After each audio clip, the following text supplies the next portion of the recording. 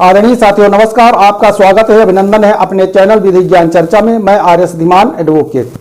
साथियों आज का हमारा टॉपिक है, आज का विषय आज हम चर्चा करेंगे उत्तर प्रदेश राजस्व संहिता नियमावली 2016 के अध्याय 4 का नाम है सीमाएं एवं सीमा चिन्ह। अध्याय 4 को नियम 16 से नियम 23 तक में कवर किया गया है, परंतु इस वीडियो में हम चर्चा करेंगे नियम 22 के संबंध में, जो धारा 24 से संबंधित है।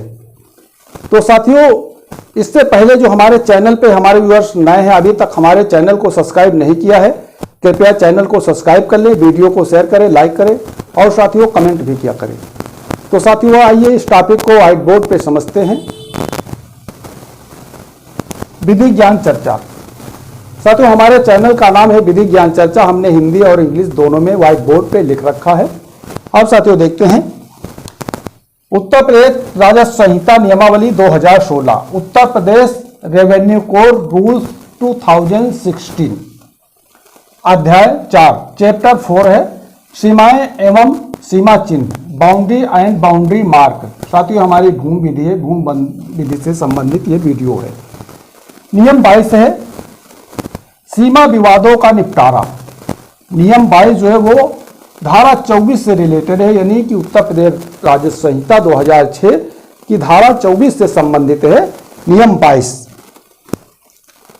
तो settlement of boundary dispute section 24। अब देखते हैं कि नियम 22 के उपनियम 1 में क्या प्रावधान है। साथियों पहले जान लीजिए कि राजस्व संहिता यानी उत्तर प्रदेश राजस्व संहिता 2006 में जो ये हेडिंग से ये नहीं दी गई है, ये हम अपनी तरफ से लिख रखे हैं आपको समझने के लिए या समझाने के लिए कह लीजिए। तो अब देखते हैं कि नियम 22 के उपनियम 1 में क्या प्रावधान है। आवेदित अधिकारी एवं विवरण का खा गा। तो इसमें प्रावधान ये है जो नियम 22 है, नियम 22 के उपनियम 1 में कहा गया है संहिता की धारा 24 की उपधारा 1 के अंतर्गत सीमा विवादों के निपटारे के संबंध में प्रत्येक प्रार्थना पत्र उप जिला अधिकारी को दिया जाएगा और उसमें निम्नलिखित विवरण अंकित होंगे। का है पक्षकारों का नाम, पिता का नाम एवं पता। खा है अवस्थिति के साथ भूखंड संख्या, क्षेत्रफल तथा भूमि की सीमाएं। गा है विवाद का संक्षिप्त विवरण, प्रार्थना पत्र के साथ नक्शे, खसरा एवं खतौनी की प्रमाणित प्रतिलिपि जिसके आधार पर सीमांकन किया जाना है का होना आवश्यक है। उसके बाद साथियों जो नियम 22 का उपनियम 2 है उसमें है प्रार्थना पत्र की ग्राह्यता। जो नियम 22 का उपनियम 2 है उसमें है प्रार्थना पत्र की ग्राह्यता। इसमें बताया गया है कि संहिता की धारा 24 की उपधारा 1 के अंतर्गत सीमाओं के निर्धारण का कोई प्रार्थना पत्र तब तक ग्राह्य नहीं किया जाएगा जब तक कि उसके साथ मानचित्र, खसरा और अधिकार अभिलेख यानी कि खतौनी जिसके आधार पर सीमांकन की मांग की गई है को संलग्न नहीं किया गया हो और प्रार्थी की प्रति सर्वे संख्या के लिए 1000 की दर से अगणित अपेक्षित रकम सीमांकन के शुल्क के रूप में प्रार्थी द्वारा अदा नहीं कर दी गई है या कर दी गई हो। उसके बाद साथियों देखते हैं नियम 22 का उपनियम 3 में क्या प्रावधान है, क्या कहता है। संलग्न भूखंडों का सीमांकन। इसमें संलग्न भूखंडों के सीमांकन के संबंध में बताया गया है यदि प्रार्थना पत्र 2 या 2 से अधिक संलग्न भूखंडों के सीमांकन के लिए है तो सीमांकन शुल्क का एक ही सेट देय होगा, लेकिन जहां पर सीमांकन की मांग किए जाने वाले सर्वे भूखंड संलग्न नहीं है वहां पर अलग अलग सीमांकन शुल्क देय होगा। अब देखते हैं नियम 22 का उपनियम 4। नियम 22 के उपनियम 4 में है प्रार्थना पत्र की जांच। तो नियम 22 के उपनियम 4 में प्रार्थना पत्र के प्राप्त होने पर संबंधित कर्मचारी प्रार्थना पत्र में ये जांच करेगा कि क्या अपेक्षाओं को पूर्ण किया गया है अथवा नहीं। यदि कोई औपचारिक प्रकृति की कमी है तो प्रार्थी अथवा उसके अधिवक्ता को तुरंत उस कमी को दूर करने की इजाजत दी जाएगी। लेकिन जहां पर प्रार्थना पत्र की अपेक्षाएं पूर्ण नहीं की गई हैं, वहां पर अपेक्षाओं को पूर्ण करने के लिए मांगा गया अवसर दिया जाएगा। उसके बाद साथियों देखते हैं नियम 22 के उपनियम 5 में यह प्रावधान है, यह नियम है कि प्रार्थना पत्र पंजीकरण यानी प्रार्थना पत्र पंजीकरण के संबंध में है। तो नियम 5 यानी कि नियम 22 के उपनियम 5 में यह कहा गया है कि जैसे ही अपेक्षाएं पूर्ण कर दी जाती हैं या जाएंगी, संबंधित कर्मचारी प्रार्थना पत्र को संबंधित रजिस्टर में दर्ज करेगा और उसे समुचित आदेश के लिए उप जिला अधिकारी के समक्ष प्रस्तुत करेगा। आप साथियों देखते हैं नियम 22 के उपनियम 6। नियम 22 के उपनियम 6 में पक्षकारों को नोटिस सीमांकन की समयावधि के संबंध में है।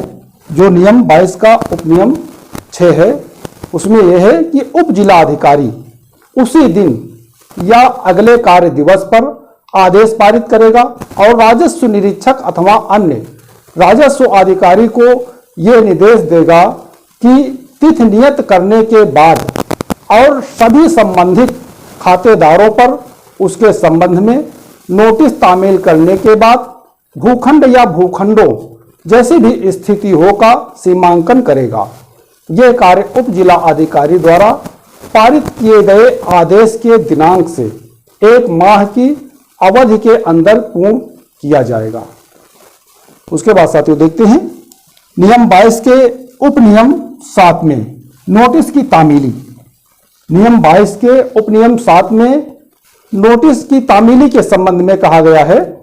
इस नियम के उपनियम 6 के अंतर्गत नोटिस संबंधी खातेदार पर और उसकी अनुपस्थिति में उसके आवश्यक परिवार सदस्य पर तामील की जाएगी। वह नोटिस भूमि प्रबंधक समिति के अध्यक्ष पर भी तामील की जाएगी।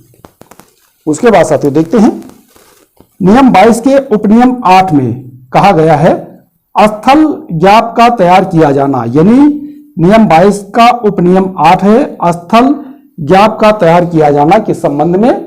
तो इसमें यह कहा गया है कि भूखंड का सीमांकन करते समय राजस्व निरीक्षक या अन्य राजस्व अधिकारी द्वारा स्थल ज्ञाप तैयार किया जाएगा और उस पर सभी संबंधित पक्षकारों एवं भूमि प्रबंधक समिति के अध्यक्ष अथवा सीमांकन के समय उपस्थित किन्हीं 2 स्वतंत्र साक्षियों द्वारा हस्ताक्षर किया जाएगा।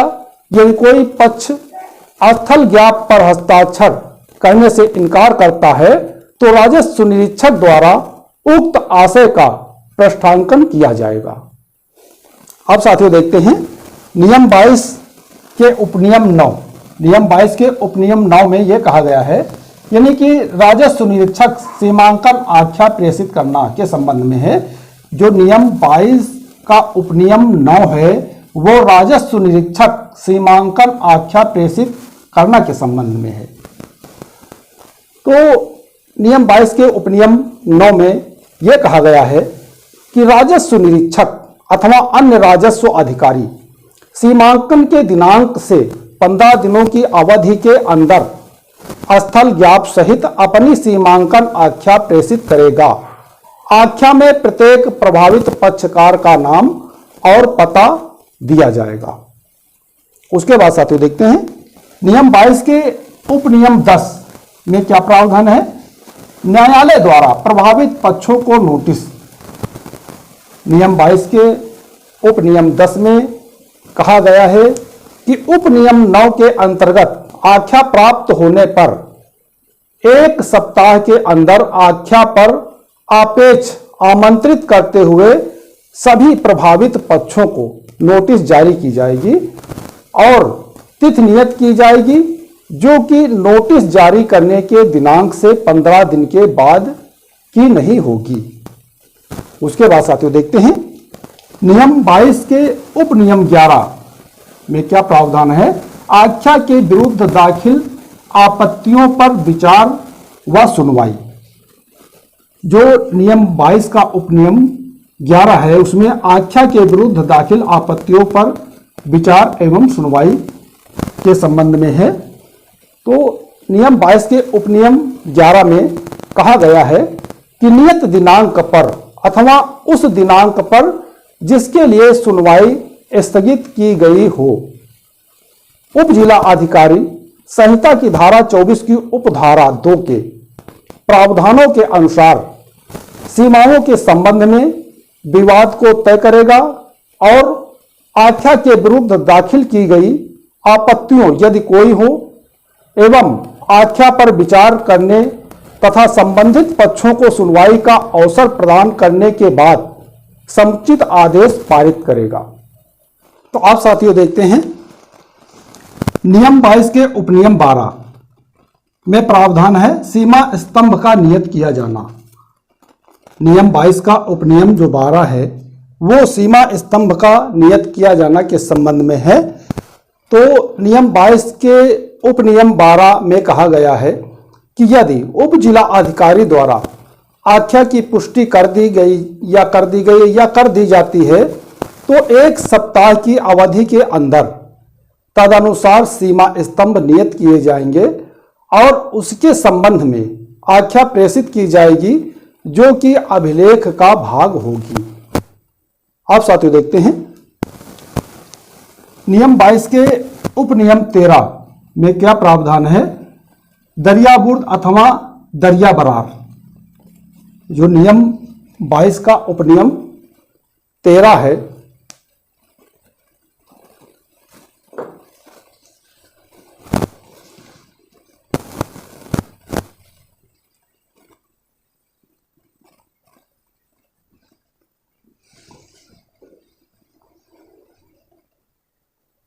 उसमें कहा गया है जहां पर भूखंड या सर्वे गाटा संख्याओं की सीमाएं दरियाबुर्द अथवा दरिया बरार।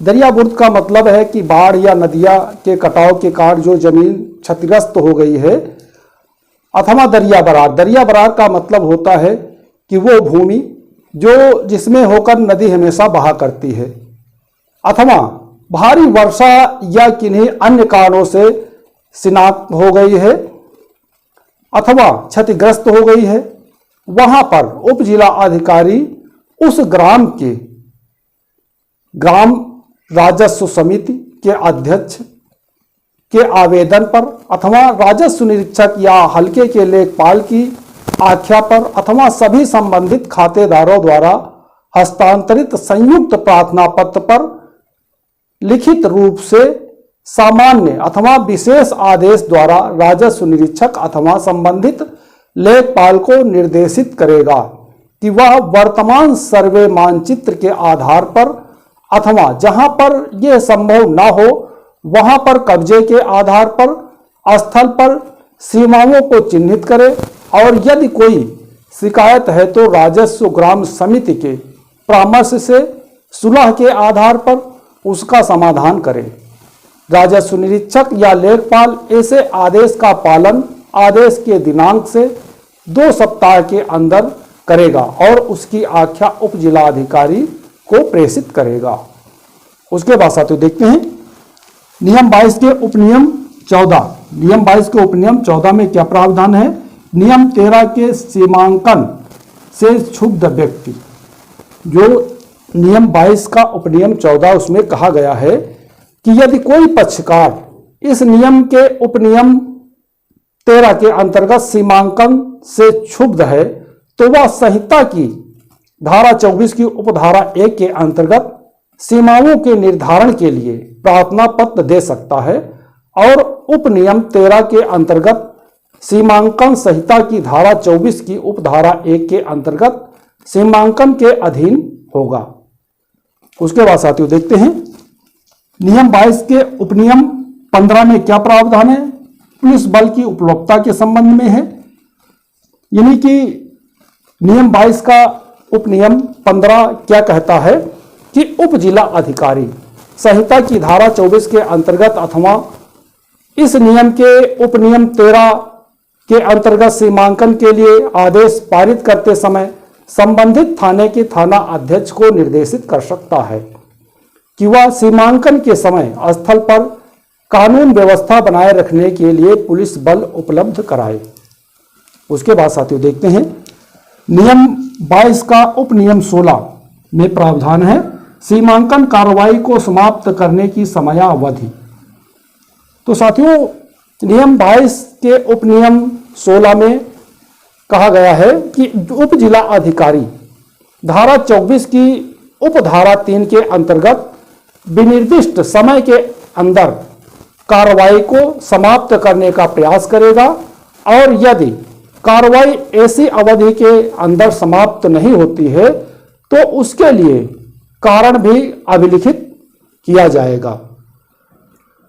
तो साथियों आज हमने इस वीडियो के माध्यम से समझा उत्तर प्रदेश राजस्व संहिता नियमावली 2016 के अध्याय 4 सीमाएं एवं सीमा चिन्ह, जिसमें नियम 22 के संबंध में चर्चा किया जो धारा 24 से रिलेटेड है। धारा 24 यानी है सीमा विवादों के निपटारा के लिए। तो साथियों ये वीडियो बहुत ही महत्वपूर्ण है और जो हमारे किसान भाई जिनके पास भूमि है उनको इसकी आवश्यकता पड़ी है या पड़ सकती है। तो साथियों में पूरा विश्वास है कि आप इस टॉपिक को पूर्णतः समझ गए होंगे। यदि कहीं पे कोई बात समझ में ना आई हो तो आप फोन के द्वारा, व्हाट्सएप के द्वारा, कमेंट के द्वारा जानकारी प्राप्त कर सकते हैं।